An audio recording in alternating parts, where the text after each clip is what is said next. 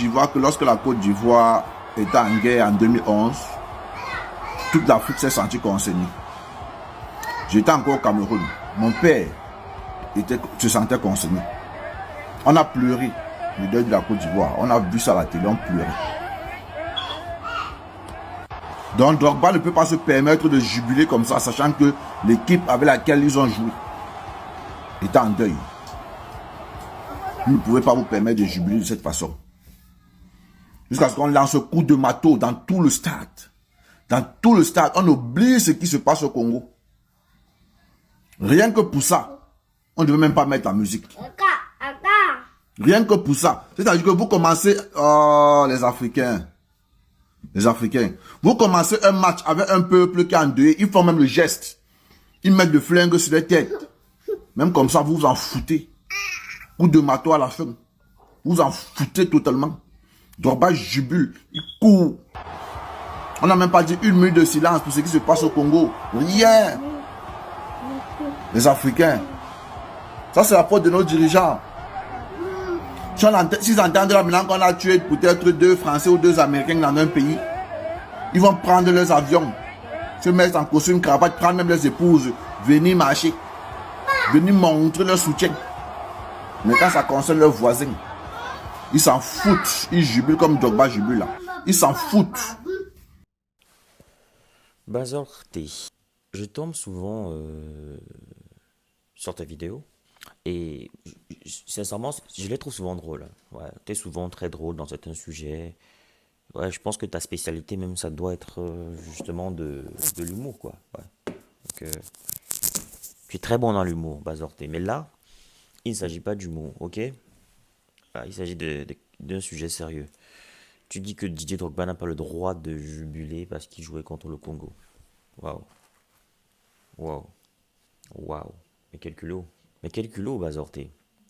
Je vais un peu te rafraîchir la mémoire. Bazor T, est-ce que tu te souviens de l'attentat de Cabinda? Je vais pas m'adresser juste à toi. Je vais m'adresser à tous ceux qui pensent comme toi. Bon, de toute façon, je vais pas te répondre à toi spécialement, parce qu'il y a beaucoup de gens qui pensent comme toi, Bazor T, qui souscrivent à ce genre d'argumentaire. Donc je vous parle à vous tous qui pensez comme lui. Souvenez-vous, les attentats de Cabinda. Vous vous souvenez, Cabinda, ça vous dit quelque chose? C'est en Angola. Voilà, souvenez-vous. Retournons un peu sur le drame de Cabinda. Le 8 janvier 2010, l'équipe togolaise de football est mitraillée par des autonomistes à Cabinda, une enclave du territoire angolais, où devaient se dérouler des matchs de la CAN 2010. Bilan, au moins 2 morts, des blessés, un profond traumatisme chez les éperviers et au sein du football togolais. Donc, le grand Emmanuel Adebayor, tous ces grands footballeurs étaient là. Voilà, rappelons les faits. Ok? Le 8 janvier 2010, l'équipe nationale togolaise de football effectue un banal parcours en bus entre le Congo-Brazzaville et l'enclave angolaise de Cabinda. Mais politique et violence viennent assombrir les prémices de la Coupe d'Afrique des Nations 2010. Sitôt la frontière franchie, le véhicule est mitraillé à l'arme lourde par des militants autonomistes du FLEC, le Front de libération de l'État du Cabinda. Joueurs et encadreurs se jettent au sol, mais déjà, le chauffeur angolais est atteint.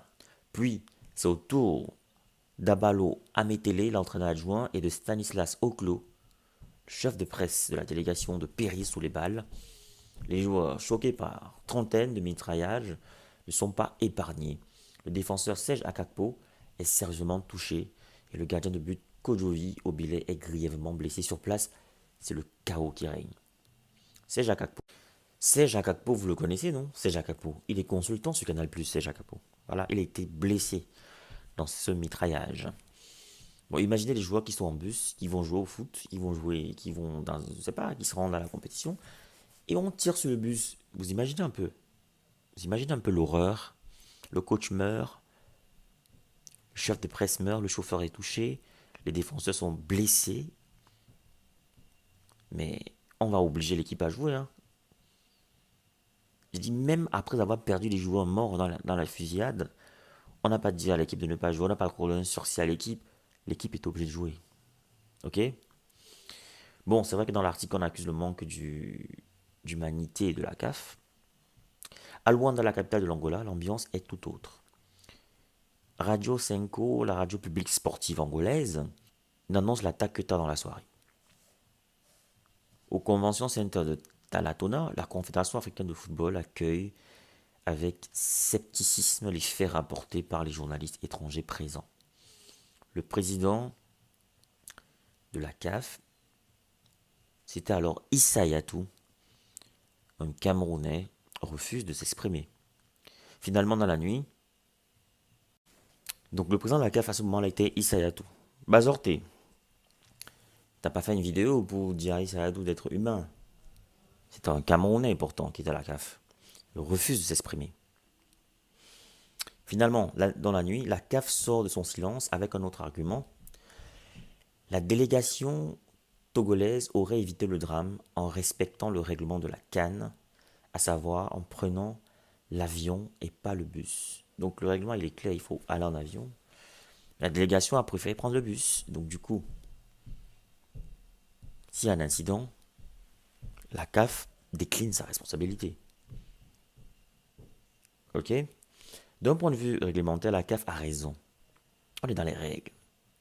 Et la Fédération togolaise de football a tort. D'un point de vue réglementaire. Mais le manque d'humanité de la CAF, sa volonté de ne pas froid. Voilà, la position de la CAF et sa volonté de ne pas froisser l'Angola provoque la colère du Togo, au Togo et partout. Mais sauf que, qu'est-ce que la CAF aurait dû faire à ce moment-là? Parce que vous demandez toujours aux gens de faire des choses, aux gens d'être silencieux et tout. La CAF a sa compétition organisée par l'Angola, qui se déroule en Angola. Une équipe décide de prendre le bus ou de prendre l'avion et se fait mitrailler en Angola. Qu'est-ce que la CAF devait faire? Accuser l'État d'avoir commandité ça? La CAF défend d'abord les intérêts de sa compétition. Même si la CAF a quelque chose de politique, mais il y a quand même la politique pour la politique. C'est-à-dire que un incident purement politique doit être géré par la politique pure. À ce moment donc, c'est la crise à Lomé. À Cabinda, les éperviers sont partagés dans les heures qui suivent l'attentat. Doivent-ils rentrer au pays? C'est Hugo Bros. Doivent-ils rentrer au pays ou disputer la CAN 2010 pour ne pas céder au terrorisme en fait? Le gouvernement togolais va décider pour eux, ordonnant le rapatriement. Le gouvernement togolais va décider pour eux, ordonnant le rapatriement. La CAN 2010 remportée par l'Égypte se joue donc sans l'équipe du Togo. Donc, le pays décide le rapatriement des joueurs. Ils ne veulent plus jouer la CAN. À cause de ce qui s'est passé, cela provoque donc la colère de la CAF. Loin de calmer le jeu, ce forfait provoque la fureur de la CAF. Le 30 janvier donc 2010, la Confédération punit l'ingérence politique du gouvernement togolais en suspendant les éperviers pour les éliminatoires de la CAN 2012-2013. Les dirigeants africains reviendront en mai 2010 sur cette sanction grâce à la médiation de la FIFA. C'est un drame qui a laissé des traces. C'est-à-dire que là, l'équipe de Togo est obligée de jouer, mais a décidé de ne pas jouer. Elle a porté ses couilles. Elle a décidé de ne pas jouer. Donc, l'équipe du Congo pouvait également décider de ne pas jouer ce match. C'est-à-dire que l'équipe congolaise pouvait déclarer forfait. Vous pouvez dire que non, on est touché émotionnellement, on ne va pas jouer ce match parce que les gens meurent au Congo. Voilà, mais elle a décidé de jouer. Peut-être en jouant, ça peut apporter de l'amour et tout. Donc, on ne peut pas reprocher à Didier Drogba de jubiler la victoire de la Côte d'Ivoire sous prétexte qu'il y a une crise au Congo. Non. On est dans une fête. On ne peut pas empêcher une équipe de jubiler un but. Le but, c'est le fruit d'un effort. On appelle ça but. Écoutez bien, but, goal. Le but, c'est le fruit d'un effort, d'un travail collectif qui aboutit à un but. Mais on ne peut qu'être fier d'un travail qu'on a fait. Comment voulez-vous empêcher Drogba d'être content de la victoire de son équipe? Pour terminer cette histoire togolaise, l'affaire ne s'arrête pas là. Les joueurs togolais sont écœurés, traumatisés. Emmanuel Adebayor, l'attaquant vedette de la sélection, Adebayor, annonce sa retraite internationale et reviendra sur sa décision qu'en novembre 2011. Kojovi Obial devient lui le symbole du drame. Le gardien de but est rapatrié en France après plusieurs semaines d'attentats. En Bretagne, le joueur est soutenu par l'Union nationale des footballeurs professionnels français, UNFP. Puis reçoit 100 000 dollars d'aide de la FIFA. En revanche, la CAF et la FTF restent longtemps sourds aux appels de l'entourage d'Obial. Bref, si je racontais juste cette histoire pour dire que si un événement aussi proche de la CAN, c'est-à-dire au cœur de la CAN même, n'a pas pu empêcher la CAN ou un match, c'est pas un événement qui se passe loin du Congo qui va empêcher à la compétition de se poursuivre. Il faut pas mélanger les choses. Et Drogba est libre de célébrer son but. Merci d'avoir regardé cette vidéo. À la prochaine. Partagez. Donc Drogba ne peut pas se permettre de jubiler comme ça, sachant que l'équipe avec laquelle ils ont joué. Vous voulez créer du contenu qui captive, qui informe. Vous voulez partager votre expérience, votre expertise avec le monde. Vous voulez gagner de l'argent avec ce que vous aimez. Alors, ma formation, elle est pour vous. Cette formation, elle est taillée sur mesure pour vous. Dans cette formation, vous allez apprendre à vous lancer dans la création de contenu, à choisir le bon format, le bon support. Dans ma formation, on apprend à trouver sa niche, on apprend à trouver sa valeur ajoutée, sa proposition unique, sa cible idéale. On apprend plein de choses dans cette formation. Dans ma formation, on apprend à trouver son rythme, on apprend à planifier son contenu, à optimiser son temps tout en restant motivé. C'est une formation accessible à tous, que vous soyez expérimenté, débutant, voilà, que vous vouliez créer du contenu audio, vidéo, écrit ou multimédia. Cette formation, elle est pour vous. Vous devez absolument l'apprendre. Alors cette formation est flexible, vous pouvez la suivre à votre rythme, selon vos disponibilités, vos besoins, vos envies. Elle ne coûte pas cher. 150 € pour tous les résidents en Occident et 75 000 francs pour tous ceux qui résident en Afrique. 75 000 francs CFA seulement. Alors qu'est-ce que tu attends? Souscris rapidement à cette formation parce que les places sont limitées à 50 places maximum et il y aura des formations chaque mois. Chaque formation dure 2 semaines minimum et 1 mois pour ceux qui ont du mal. Il y aura 2 semaines en plus de rémédiation pour essayer d'aider les autres. Alors, appelle ce numéro rapidement et surtout, écris à cet email pour souscrire à cette formation.